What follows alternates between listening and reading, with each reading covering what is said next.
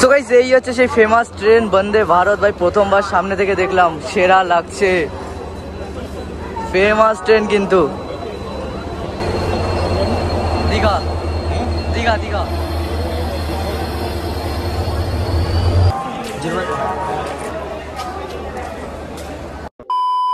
সমুদ্রের কথা বললে বাঙালির মনে একটাই কথা আসে, সেটা হলো দীঘা। আর আজকে আমরা যেতে চলেছি 12857 তাম্রলিপ্ত এক্সপ্রেসে করে হাওড়া টু দীঘার উদ্দেশ্যে। আর গাইজ আজকে আমি এটাই শেয়ার করবো হাওড়া টু তাম্রলিপ্ত এক্সপ্রেসের যাত্রাপথ।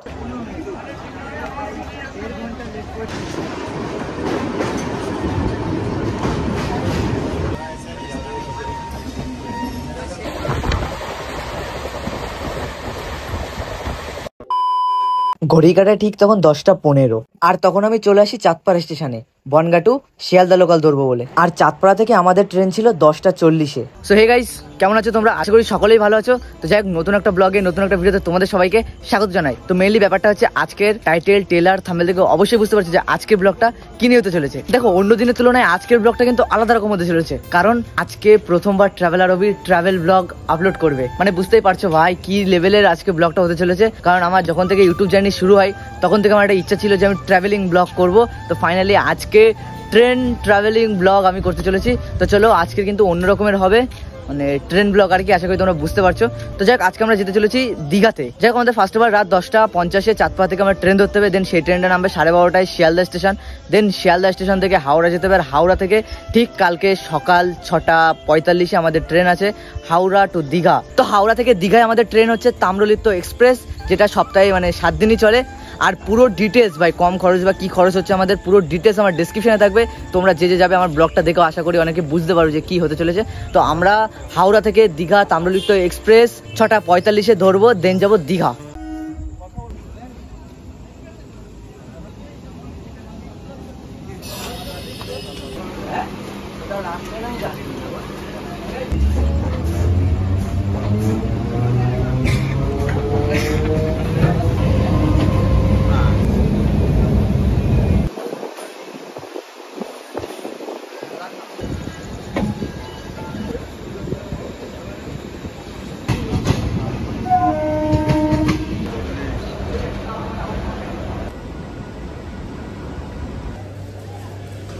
তো গাইস ঠিক 12টা 40 এইমাত্র ঢুকলাম আমরা শিয়ালদা স্টেশন। তো এখান থেকে ফার্স্ট অফ অল কিছুতে করে আমাদের হাওড়া অব্দি যেতে হবে, যেহেতু হাওড়া থেকে ঠিক সকাল 6টা 50-এ আমাদের ট্রেন রয়েছে। কিন্তু ওরা তো আগে আগে চলে গেছে। আর এই হচ্ছে শিয়ালদা মেট্রো। এখন অনেক ট্যাক্সি আছে, মানে এখন যেহেতু বাস চলবে না, তো এখন দেখা যাক এরা কী করে। এখন কোনো একটাভাবে যেতে হবে। তোমরা চাইলে মানে এখন যদি এসে থাকো, যদি রাতে এসে থাকো, তাহলে চাইলে বাস ধরতে পারো, সকালের বাস। এখন আমরা কি করবো সেটাও তোমাদের দেখাবো, বাট তোমাদের কম খরচ হবে। কিন্তু এখান থেকে যদি ট্যাক্সি ধরো না, অনেকে 250 টাকা 300 টাকা 400 টাকা কেবল বললো আমাদের, ওরকম নিয়ে নেবে। তো তোমাদের টাকা বেশি যাবে আর কি। দেখো, ফাইনালি আমরা ট্যাক্সি বুক করে নিয়েছি। দেন এখান থেকে যেতে হবে ফার্স্ট অফ অল আমাদের হাওড়াতে। তো ফার্স্ট টাইম আমি ছোটোবেলায় একবার গিয়েছিলাম, আর ছোটোবেলা যাওয়ার পরে ফাইনালি এই আমার 19 বছর বয়সে মানে আর একবার যাচ্ছি। আর আমি তো ফার্স্ট টাইম। আরও ফার্স্ট টাইম।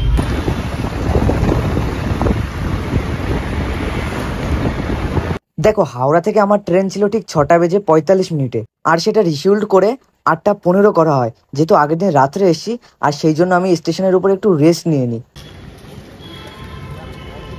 সো গাইস, এখন ঘড়ি কাটায় ঠিক বাজে 5টা 10 মতো। তো এখন আমরা একটু বেরিয়েছি হাওড়ার বাইরে, যেহেতু আমাদের ট্রেনটা 6টা 50-এ ছিল, সেটা এখন রিশিউল্ড হয়ে 8টা 15 দেখাচ্ছে। 8টা 15 তো, হ্যাঁ 8টা 15 দেখাচ্ছে।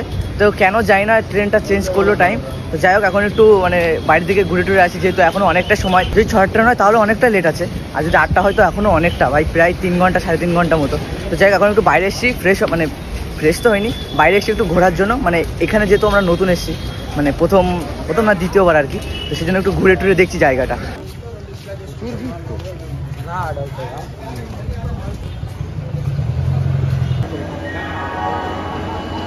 সো গাইস এই হচ্ছে সেই ফেমাস ট্রেন বন্দে ভারত। ভাই প্রথমবার সামনে থেকে দেখলাম, সেরা লাগছে। ফেমাস ট্রেন কিন্তু।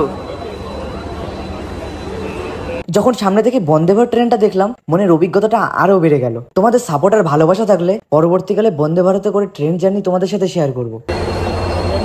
দীঘা দীঘা দীঘা।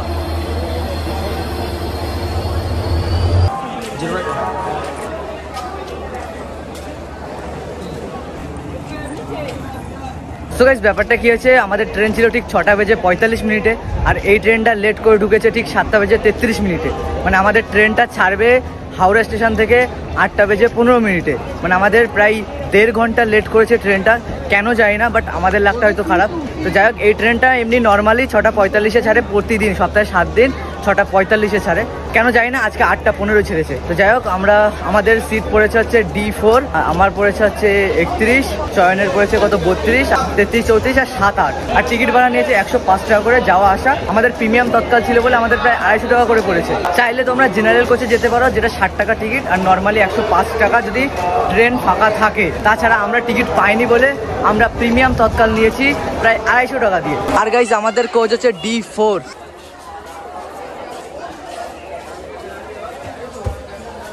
আর গাইজ আমার সিট পড়েছে 31 নাম্বার, তো আমার পুরো উইন্ডো সাইড। এখানে এদের আলাদা পড়েছে, এদিকে আছে 32, 33, 34, ও 34, এর 33, আর চয়নের 32, আর এর পড়েছে 7, আর এর পড়েছে 8।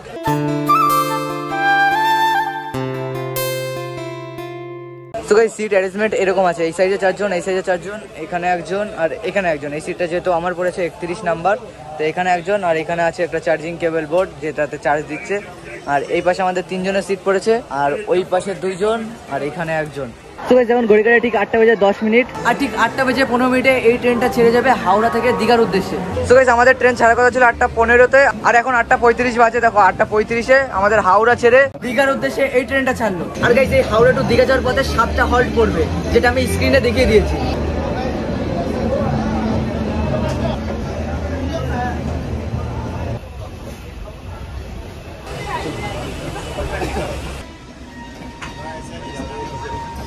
সত্যি কথা বলতে এই ট্রেনের বাথরুমের অবস্থা সত্যি কথা বলতে একদমই ভালো ছিল না, ঠিক আছে। আর এই ট্রাভেলিং আমি নতুন না হলে কোনো না কোনো একটা ব্যবস্থা আমি করতাম, ঠিক আছে।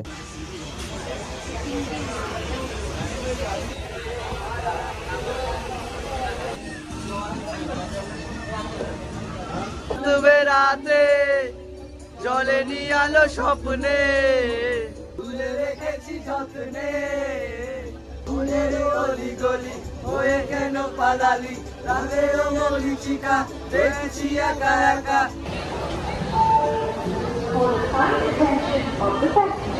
Train number 38052 down, Motihari. So guys এই ট্রেনের প্রথম হল্ট সাঁতরাগাছি। তো এই প্রথম হল্টে দাঁড়ালো আমাদের হাওড়া টু দীঘা যাওয়ার ট্রেন।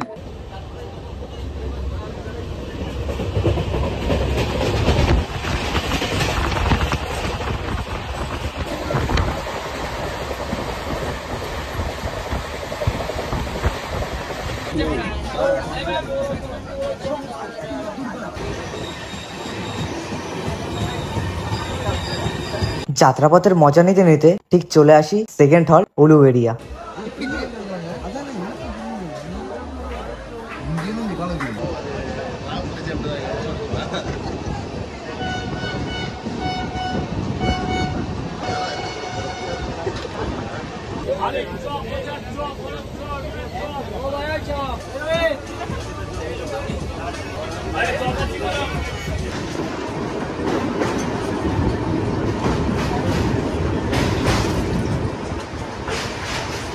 দেখো ট্রেন থেকে দুটো ব্রেড আর একটা অমলেট নেওয়া ছিল, যার দাম পড়েছিল 40 টাকা।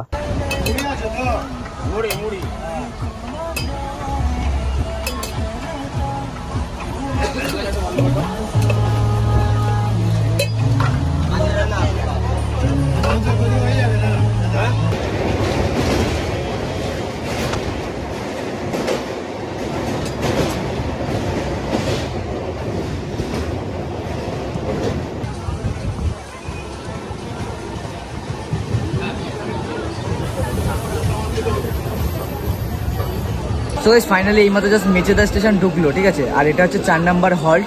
তো এখানে 2 মিনিটের হল্ট, মানে 2 মিনিট আর কি দাঁড়াবে, ঠিক আছে।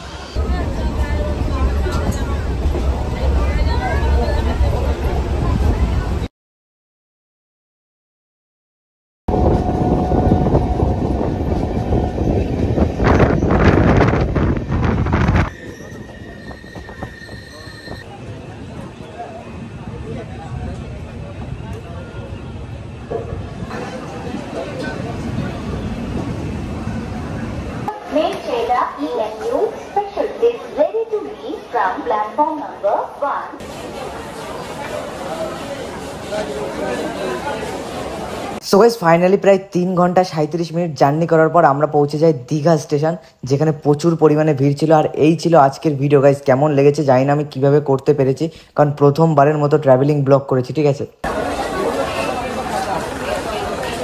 সো গাইস ফাইনালি আমরা চলে এসেছি দীঘাতে। তো প্রায় 3 ঘন্টা 15 মিনিটের জার্নির পরে আমরা ঢুকলাম হাওড়া থেকে দীঘা স্টেশন। তো এখান থেকে ফার্স্ট অফ অল আমাদের হোটেলের দিকে যেতে হবে। আর আগে থেকে আমাদের হোটেলটা বুক করা ছিল। তো আমাদের হোটেল এসি রুম, 1600 টাকা পার ডে, 6 জন থাকতে পারবে, এরকম একটা রুম নেওয়া। আর ট্রেনটা ছিল প্রচুর লেভেলের লেট। তো জানি না কেন ছিল আজকের দিনটা, বাট ডেলি 6:50 হাওড়া থেকে চলে, ঠিক আছে। আর আজকে ছাড়ার কথা ছিল 8:15, বাট সেটা 8:15 না ছেড়ে 8:40 ছেড়েছে।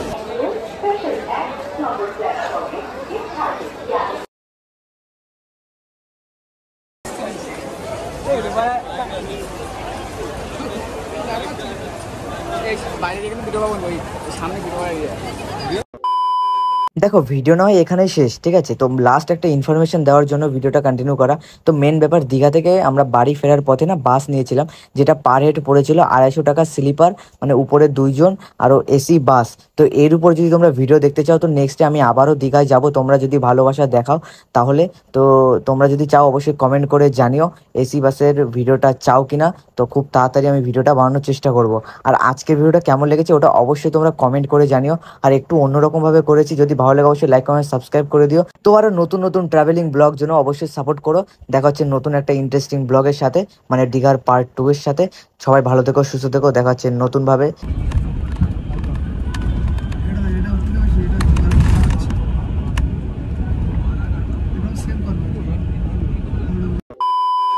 সো গাইস ফাইনালি এখন ঘড়ি কাটায়, দাঁড়াও 1 সেকেন্ড, দেখো 5:21 বাজে। তো ফাইনালি আমি সারা রাত ধরে এডিটিংটা করলাম। সারা রাত ধরে বলতে পারো, মানে ভুল বলতে পারো, বাট এই করতে করতে না প্রায় অনেকটা টাইম বেরিয়ে গেছে বলে আমি আর ঘুমাইনি। মানে আরও আপলোডটাও দিতে হবে, আমি কেবল আপলোড দিতে এসেছি সোনাদের বাড়িতে। যদি ভিডিওটা ভালো লেগে থাকে অবশ্যই লাইক কমেন্ট সাবস্ক্রাইব করে দিও। দেখা হচ্ছে নতুন একটা ভিডিওর সাথে। তো তোমার সবাই ভালো থেকো, সুস্থ থেকো। আর ট্রাভেলিং ব্লগ অবশ্যই দেখার জন্য অবশ্যই কমেন্ট করে জানিও যে তোমরা দেখতে চাও কিনা। দেখো ভাই 5:21 বাজে, আমি এখনো ঘুমাইনি। Tata, good night.